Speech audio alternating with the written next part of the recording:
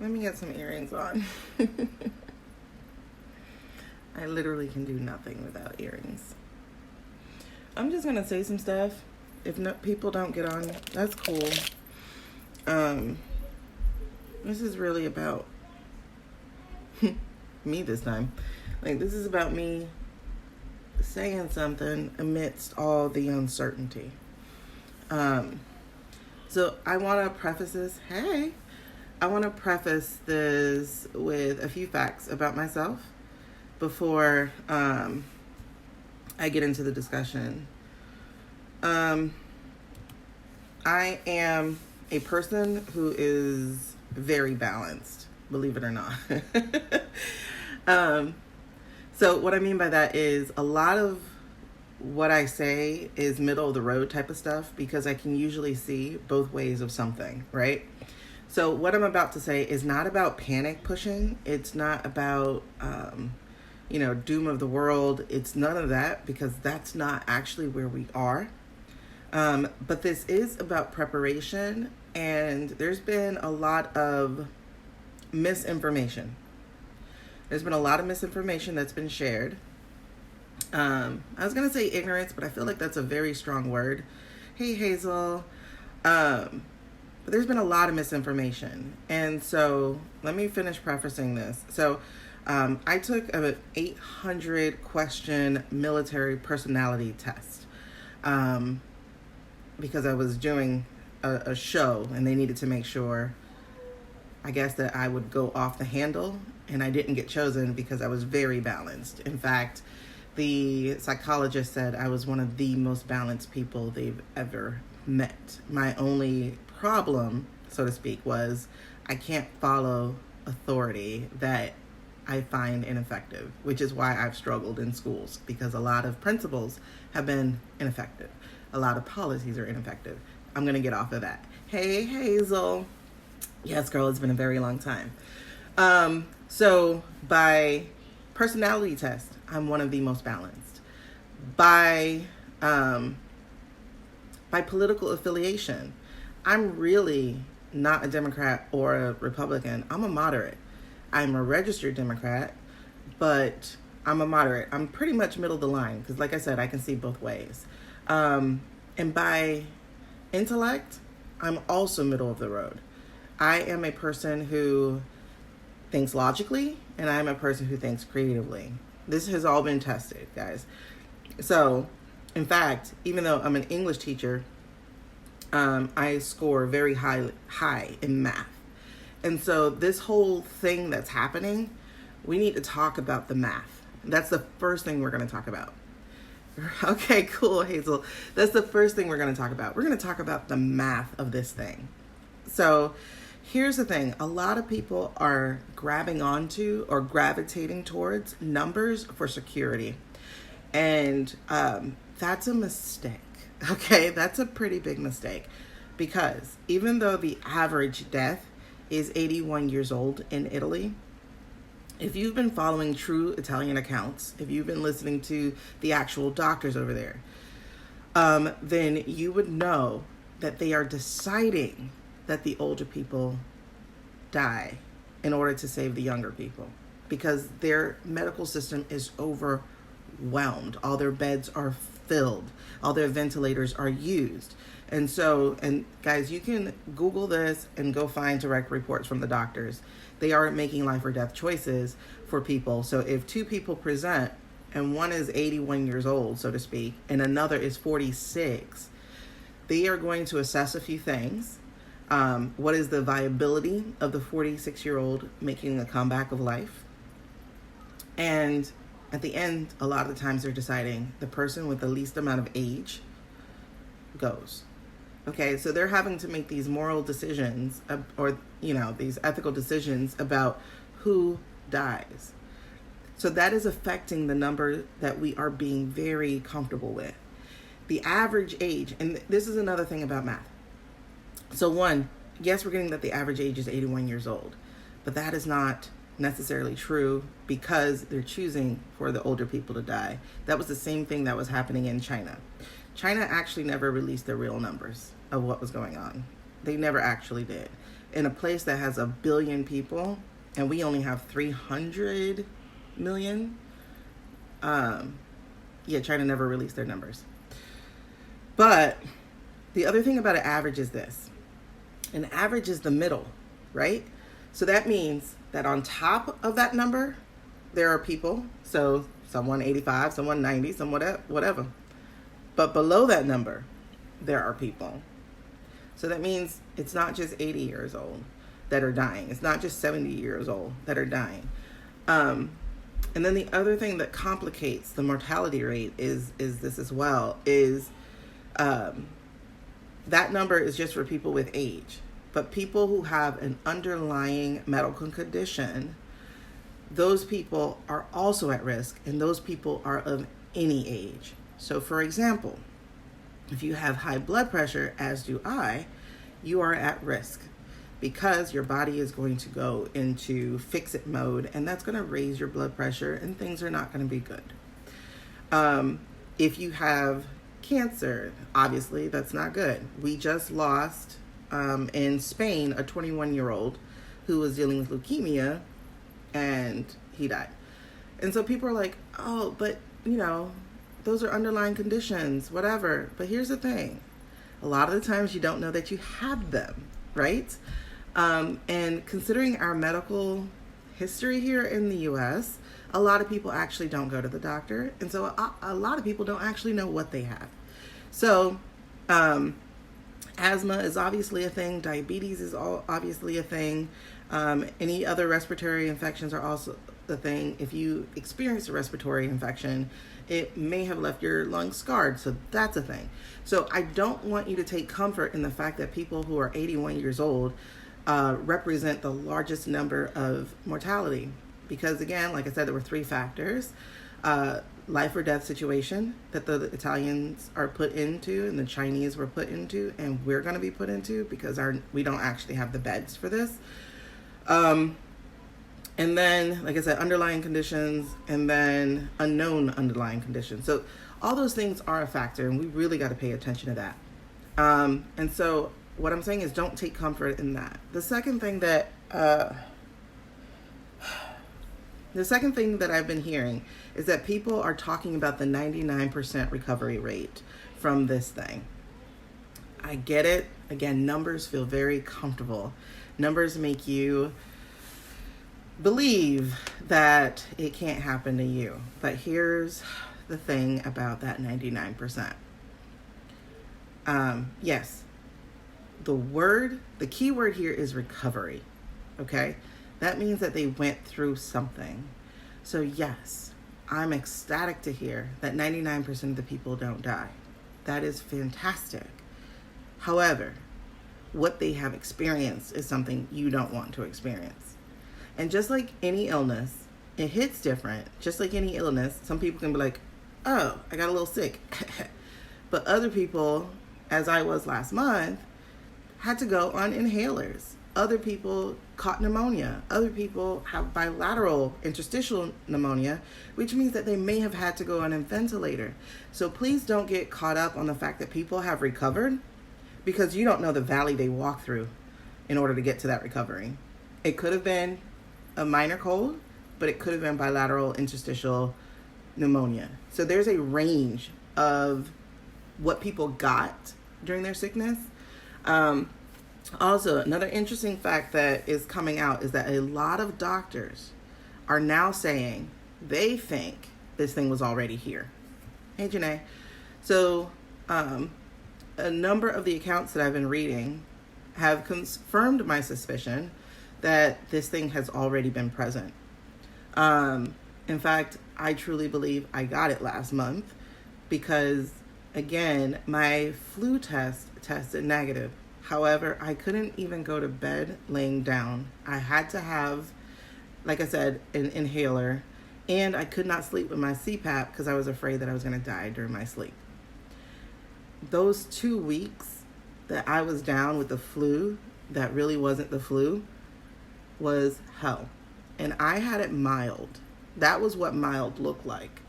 And so when people go, I got it mild, like, that's what mild also looks like, you know?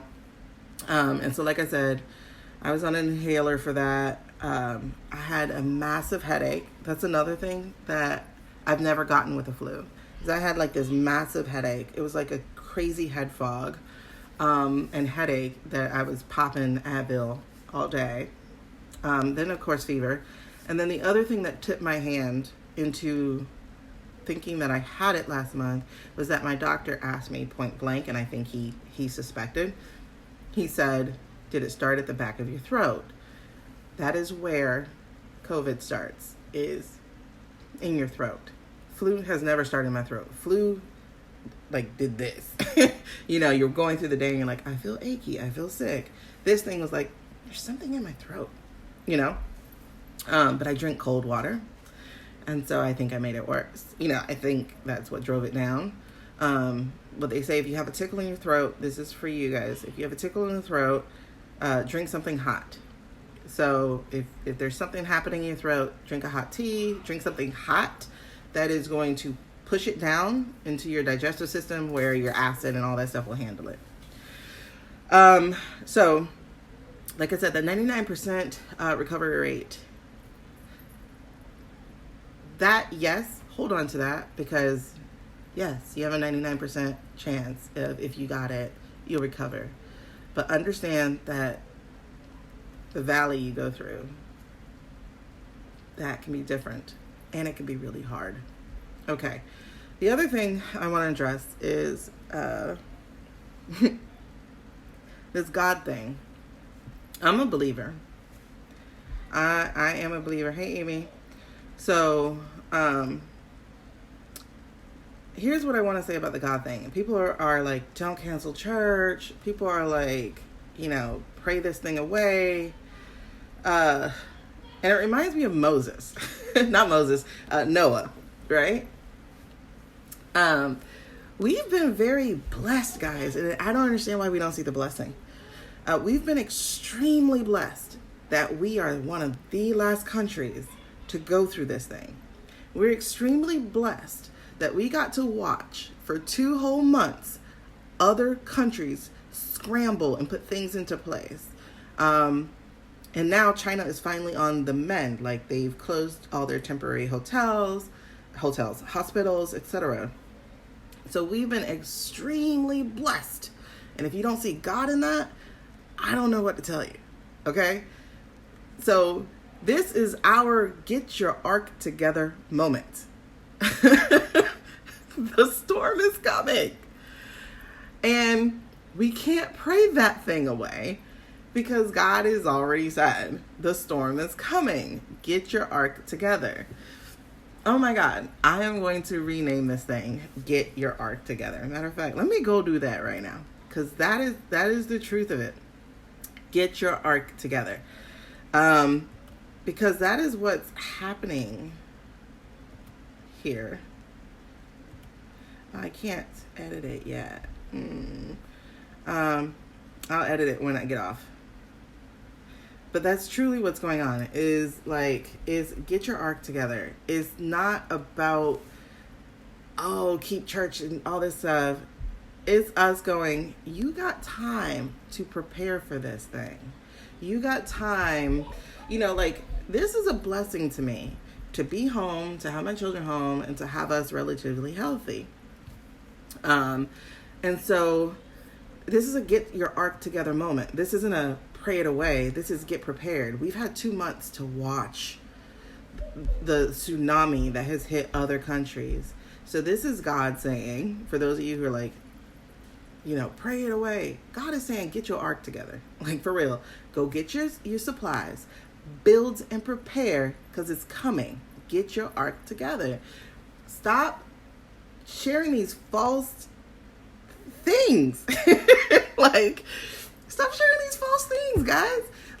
God is all over this. We had the blessing of watching this for 2 months. We had time to get prepared. This happened during tax refund season. So people got the money that they need. Everything didn't shut down until payday. So people got to have the money that they needed.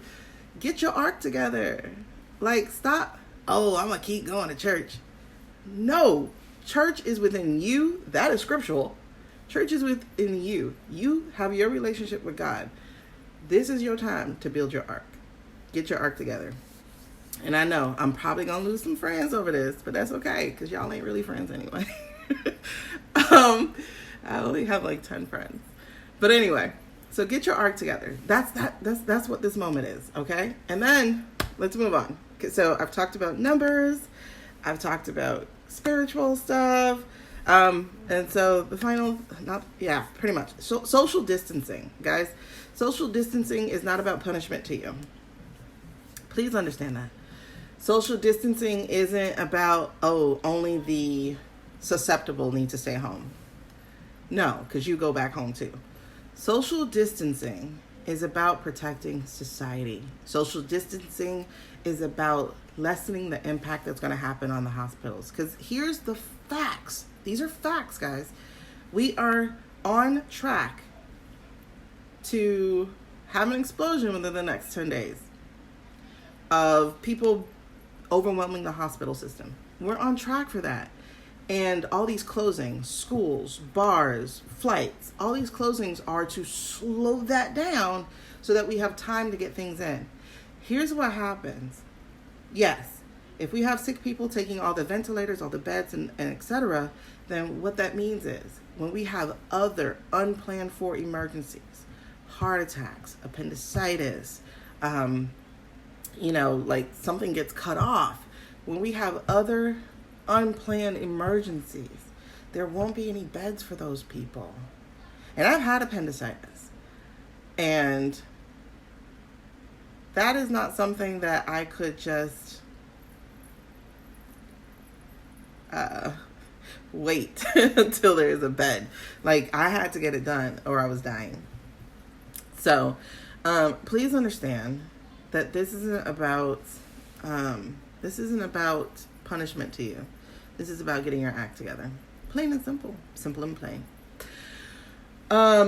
So practice social distancing. The schools are closed. That doesn't mean take your kids to the park. That doesn't mean take your kids to Chuck E. Cheese. That doesn't mean take your kids to other places where there are other kids. You can go outside. You can do a nature walk. You can do whatever you need to do as long as you're not doing it with lots of other people. Okay? So social distancing is not a punishment to you. It is a prevention.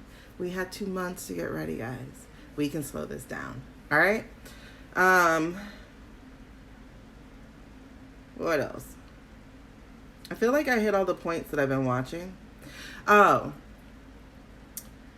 Your president has done a really good job making sure we can't believe the news. So that also means the news that comes out of the White House. And the CDC has been filtered. You can Google it. It's already been mentioned, that things have to go through the White House from the CDC before it can get out to us. So I don't pay attention to those people. I do, however, pay attention to who? The World Health Organization. I also pay attention to foreign accounts, directly from Italy, mostly Italy, because, China has this thing. I've been looking at the UK accounts.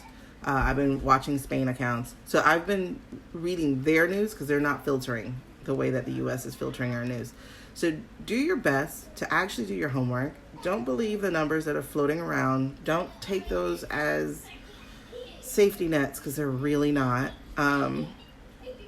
And be safe out there, bro. Because, like I said, if I did have a bout with it, which I really believe back in February, then it's not fun. It's not fun, and I am grateful it didn't get worse. And we are diagnosing people from February. We are diagnosing people posthumously. I think that's how you pronounce it. And finding out that they actually had COVID. It wasn't the flu. So it's actually been here a little bit longer than normal. The numbers that are out there on the charts comparing it to Italy, those numbers are wrong, obviously, because we haven't tested like we need to. So do your best. Be safe. As I said, this wasn't about panic inducing. This was about realism. Be real. Be practical. Be human. Okay? And that's it. I think I covered everything that I'm seeing. All that misinformation, guys. This happens at any age. Don't fall for that. People are dying at any age. Except for the little children. Thank God for little children. Because then I think I'd be in a real panic. Kids 10 and under haven't died. Thank God. But just keep your eyes out on what's real. And watch for the safe security that these numbers give you. And go build your ark. The storm is coming. Okay? Bye.